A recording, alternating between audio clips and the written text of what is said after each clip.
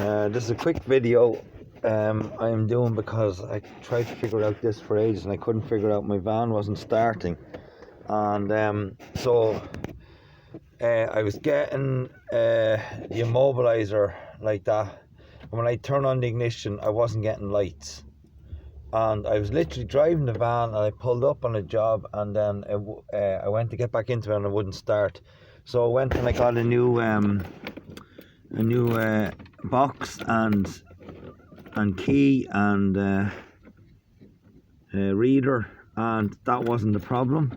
And I checked the wires under the bonnet, all the fuses over there, and nothing was working. And then I thought it was a break in the wire and that, but actually what happened was,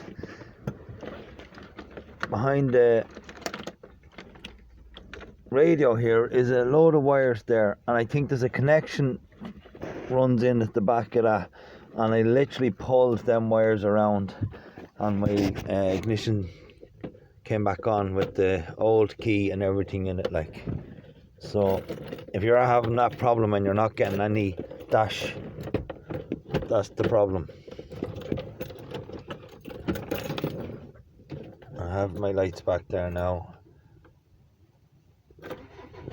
and it's starting, not a bother on it, and I could not figure that out.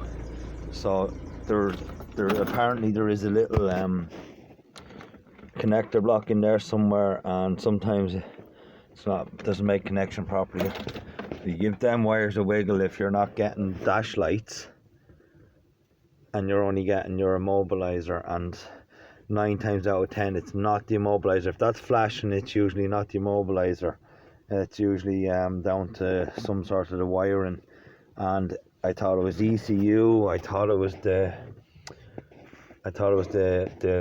BMS, I think that's called, that little box, but it wasn't any of that.